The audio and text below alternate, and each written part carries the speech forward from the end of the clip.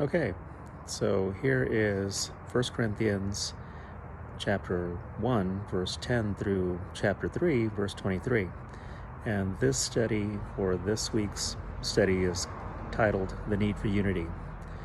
So as Christians, we're supposed to act saintly because we're considered saints of the church. But sometimes we tend to act less saintly than we should. So if you can, give an example or a personal illustration of the following. A time when you saw Christians break fellowship over a doctrinal issue or other problem. A time when you saw opposing parties settle their differences and find unity. So most of us who have attended church for a number of years know of a congregation where there was a split or at least a serious quarreling.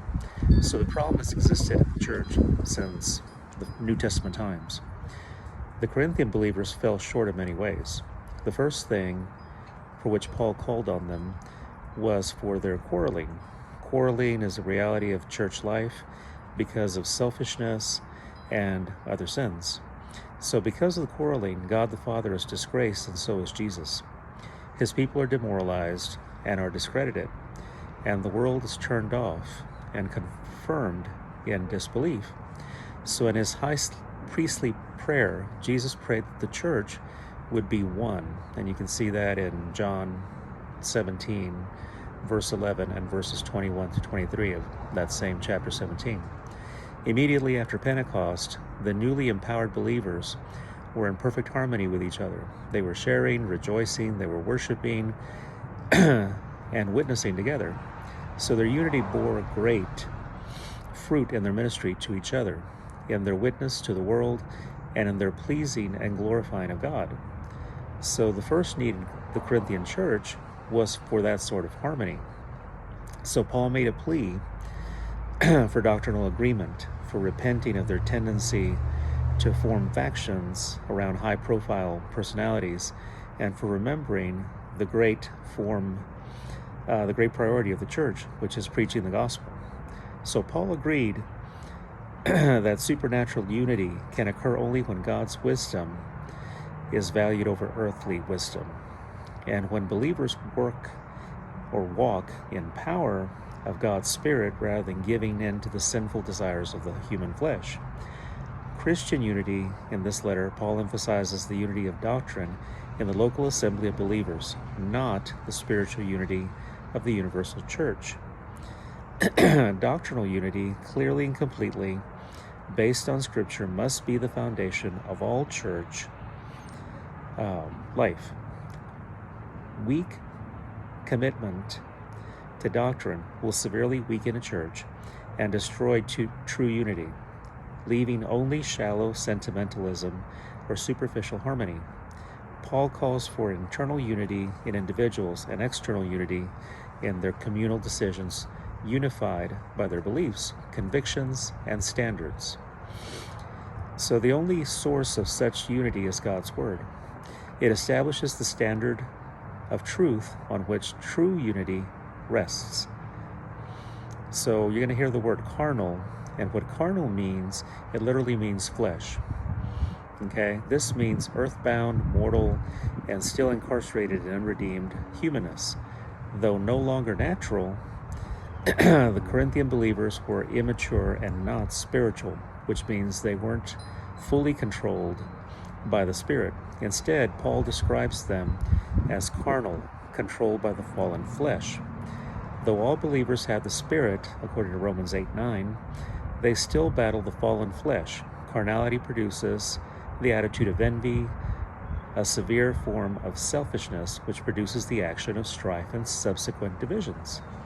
So now you know why churches are always fighting with each other, and why Christians, even though we claim to have the same faith, still argue with each other. Okay, so what are some things that Christians believe or do that seemed foolish to you before you believed in Jesus? Go ahead and pause the video while you write these down. Okay, let's move on to the next question. What situation created a disharmony in the Corinthian church? Go ahead and pause the video while you answer.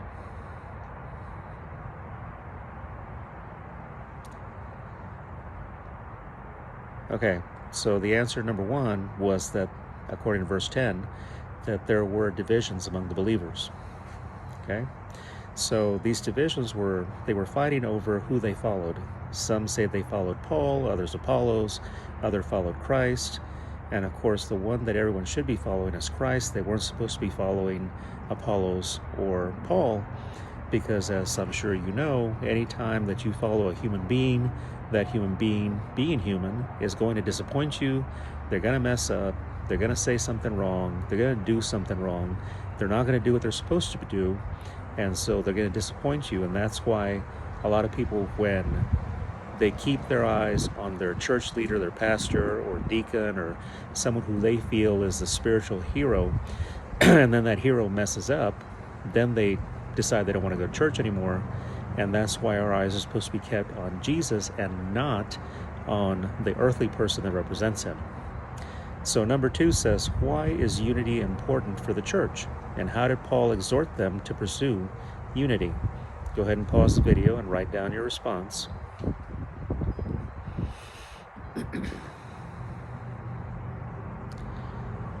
The answer is, according to Mark 3:25, if a house is divided among itself, that house cannot stand. Jesus also answered the same way when he was accused of casting out demons by Beelzebub. And he said, if the devil's going to fight against himself, then his house cannot stand. And this is very true. Anytime that a church fights with itself, then it cannot stand. It's going to lose its credibility in the world. It's going to lose its credibility in its mission field. People are going to fall away. People are going to stop believing. They're going to use it as an excuse why they stop going to church. And this is why it's such a bad thing when there's quarreling within the church. And this is why Paul was calling on the Corinthians to go ahead and find that unity and to be likewise in doctrine, in following Christ, in supporting each other, because anytime the church does not have harmony, then the rest of the world finds that as an excuse as to why they shouldn't follow Christ. Number 3 says, why did Paul say the human wisdom, or that human wisdom, is inadequate to meet the needs of the world? And how does this compare to God's wisdom? Go ahead and stop the video while you answer.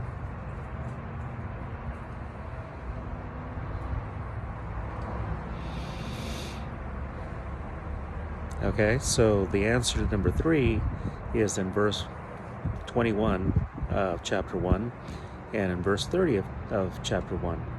And so basically what it says in those verses is that God's wisdom surpasses the wisdom of man, because we only understand what we can see. We only understand what we've already proven. Therefore, anything else doesn't make any sense. And you see that in science a lot, especially Christians who favor science over faith. They only believe what they can understand, what they can prove. And if they can't prove it, if they can't understand it, if they can't make sense of it, then they don't consider it to be true. Okay? Pardon Burger, he's just heard a backfire or something and ran to see what it was. Okay, so number 4 says, what was the centerpiece of Paul's message to the Corinthians? Go ahead and pause the video while you figure that out. Sorry for the interruptions. The kids are getting off of school and Burger's going crazy. Okay, so the answer number 4 can be found in chapter 2, verse 2, in which Paul is talking to the Corinthians that they have to have unity. Again, unity is very important for a church, and if you don't have it, then the world around the church, the people who are watching this church, people who attend this church, do not. They lose faith and they fall away, and that's not why the church is there. The church is there to uplift. The church is there to provide for the needs. The church is there to worship God and, of course, to evangelize the world around it. Number 5, what role does the Holy Spirit play in bringing unity to God's people?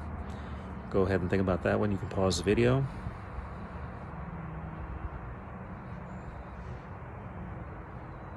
Okay, so chapter 2, verse 14, it talks about the fact that when you have the Holy Spirit, when you're full of the Spirit, when you're totally devoted to the Spirit, then you won't have all of this quarreling and divisiveness within the church, because everyone will be like-minded.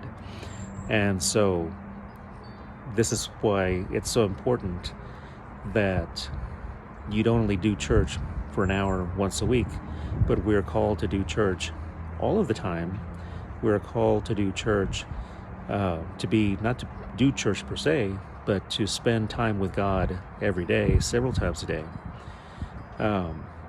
You cannot be fully devoted to God if you only spend an hour a week with Him. We have 168 hours in a week, and our week is full of all kinds of stuff. But one of those things that it should be full of should be our personal time with God. We should be in prayer, we should be reading scripture, we should be worshiping, either if it's on the radio or on our own.